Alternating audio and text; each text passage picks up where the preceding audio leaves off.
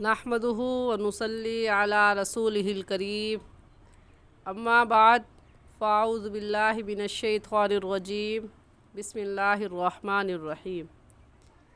میرے تمام دیکھنے والوں کو میری طرف سے السلام علیکم ورحمۃ اللہ وبرکاتہ۔ امید ہے آپ سب خیریت سے ہوں گے۔ دعا ہے کہ اللہ جل شانہ آپ کی طرف بڑھنے والے ہر شر کو خیر میں بدل دے، آمین ثم آمین۔ آج کے سبق کا آغاز ہم 29واں پارہ سورہ ملک سے کریں گے۔ کل ہم نے سبق کا پہلا حصہ پڑھا تھا، آج ہم اپنے سبق کا دوسرا حصہ پڑھیں گے۔ آپ سے گزارش ہے کہ آپ اس سبق کو سنیں، بار بار سنیں اور اس کو سن کر اپنی تجوید کی غلطیوں کو درست کریں، اور صدقہ جاریہ کی نیت سے شیئر بھی ضرور کریں تاکہ باقی سننے والے بھی اپنی غلطیوں کو درست کر سکیں اور صحیح تجوید کے ساتھ قرآن پاک کی تلاوت کر سکیں۔ انشاءاللہ آج کے سبق پہ ہم نہایت ہی آسان اور سادہ طریقے سے تجوید سیکھیں گے۔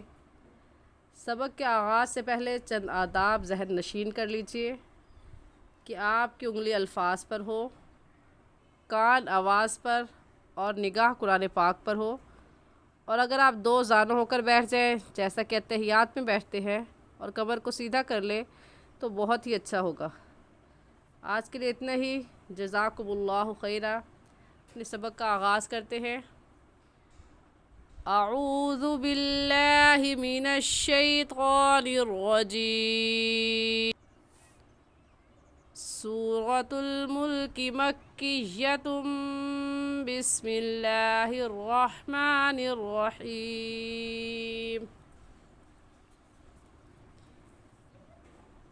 ثم ارجع البصر كرتين ينقلب إليك البصر۔ جب بڑی آیت آ جائے تو اس کے درمیان میں سانس روک لیتے ہیں، سانس کو توڑتے نہیں ہیں۔ اور سانس کیسے روکنا ہے؟ آخری حرف کو ساکن کر دیتے ہیں جب بھی کسی آیت پر وقف کرنا ہو۔ تو را کے اوپر پیش تھا، ہم نے اس کو ساکن کر دیا، جب وقف کیا تو کیسے پڑھا گیا؟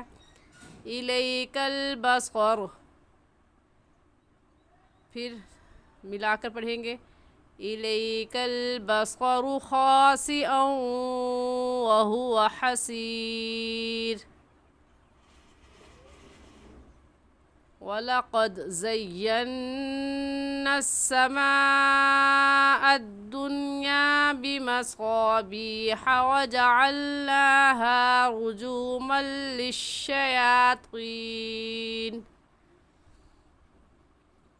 رُجُومًا لِلشَّيَاطِينِ وَأَعْتَدْنَا لَهُمْ عَذَابَ السَّعِيرِ۔ وَلَقَدْ میں دال حروف قلقلہ میں سے ہے تو یہاں قلقلہ کر کے پڑھیں گے۔ حروف قلقلہ 5 ہیں، قاف، طا، با، جیم، دال، جن کا مجموعہ قطب جدن ہے۔ اور جب یہ حروف قلقلہ آ جائے اور یہ ساکن ہو تو ان کو ہلا کر پڑھتے ہیں، یعنی جب آپ پڑھیں گے تو آپ کی آواز واپس پلٹ کر آئے گی اور ایسے پڑھیں گے وَلَقَدْ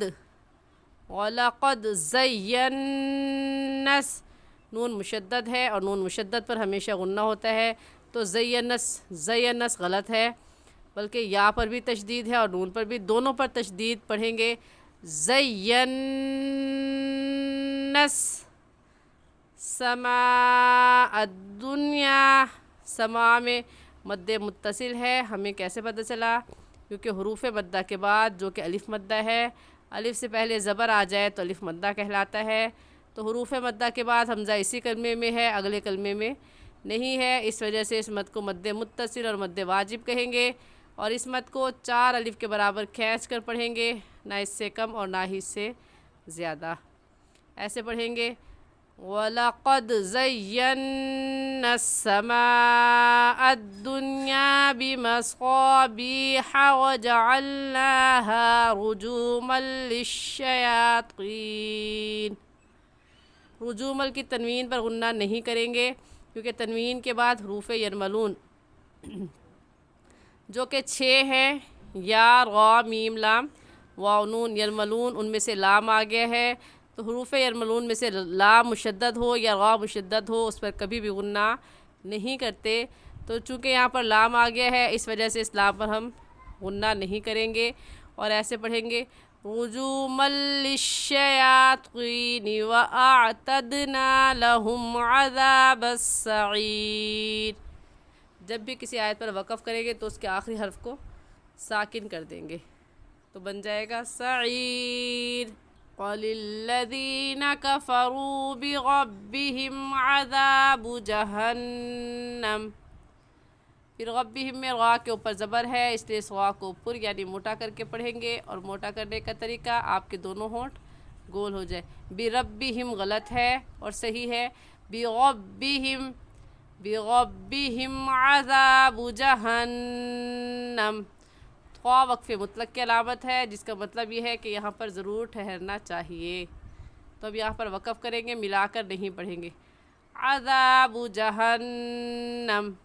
اور جب بھی کسی لفظ پر وقف کرنا ہو تو اس کے آخری حرف کو ساکن کر دیتے ہیں، ایسے پڑھیں گے وَلِلَّذِينَ كَفَرُوا بِرَبِّهِمْ عَذَابُ جَهَنَّمَ وَبِئْسَ الْمَصِيرُ۔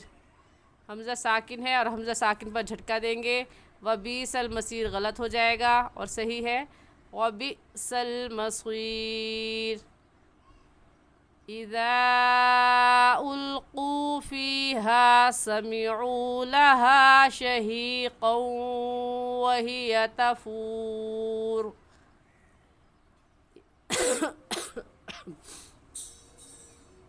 اذا القوا میں کون سی مد ہے؟ اس مد کا نام ہے مد منفصل اور مد جائز۔ ہمیں کیسے پتہ چلا؟ کیونکہ حروف مدہ کے بعد حمزہ اگلے کلمے میں ہے۔ حروف مدہ اس میں الف مدہ ہے، کیونکہ الف سے پہلے زبر آ گیا ہے تو الف مدہ کہلائے گا۔ تو حروف مدہ کے بعد اذا ایک لفظ ہے اور القوا دوسرا لفظ ہے، تو حروف مدہ کے بعد حمزہ اگلے کلمے میں آ گیا، اس وجہ سے اس مد کو کہیں گے مد منفصل اور مد جائز، اور اس مد کو 3 الف کے برابر کھینچ کر پڑھیں گے، نہ اس سے کم اور نہ ہی اس سے زیادہ، اور ایسے پڑھیں گے اذا، زال نرم حروف میں سے ہے تو نرمی سے پڑھیں گے، اذا القوا کہنا غلط ہے، اذا القوا فیہا، یہ القوا کو 1 الف کے برابر کھینچیں گے، قاف واو پیش کو، اور اذا القوا فیہا، القوا فیہا غلط ہے، کھینچیں گے کیوں 1 الف کے برابر؟ کیونکہ یہ واو مدہ ہے۔ ہمیں کیسے پتہ چلا یہ واو مدہ ہے اور اسے کھینچنا ہے؟ تو ہم نورانی قاعدے میں پڑھ چکے ہیں کہ واو ساکن سے پہلے پیش آ جائے، واو ساکن سے پہلے پیش آ جائے تو اس کو واو مدہ کہتے ہیں، اور واو مدہ کو 1 الف کے برابر کھینچ کر پڑھتے ہیں، نہ اس سے کم اور نہ ہی اس سے زیادہ۔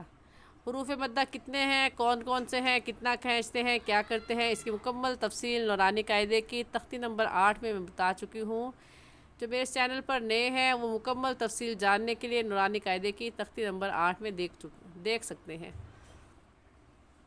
تو ہمیں پتہ چل گیا اس قاف واو پیش کو 1 الف کے برابر کھینچ کر پڑھیں گے، ایسے پڑھا جائے گا، تو ایسے پڑھیں گے اذا القوا فیہا سمعوا لہا شہیقا وہی تفور۔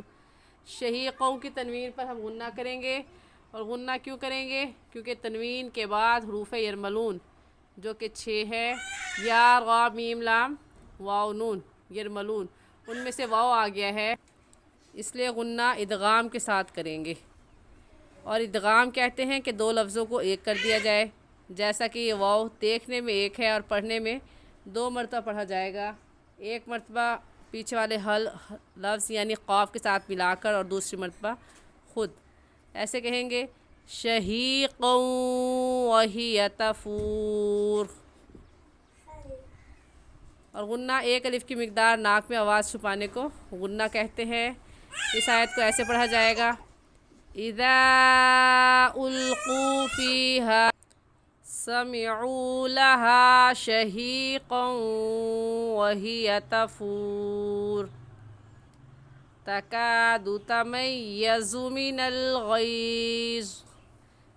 ضا حروف مستعلیہ میں سے ہے، حروف مستعلیہ موٹے حروف کو کہتے ہیں، تو اسے من الغیظ کہنا غلط ہوگا، اس کو موٹا یعنی پر کر کے پڑھیں گے، اور پر کرنے کا طریقہ آپ کے دونوں ہونٹ گول ہو جائے تو آپ کہیں گی من الغیظ۔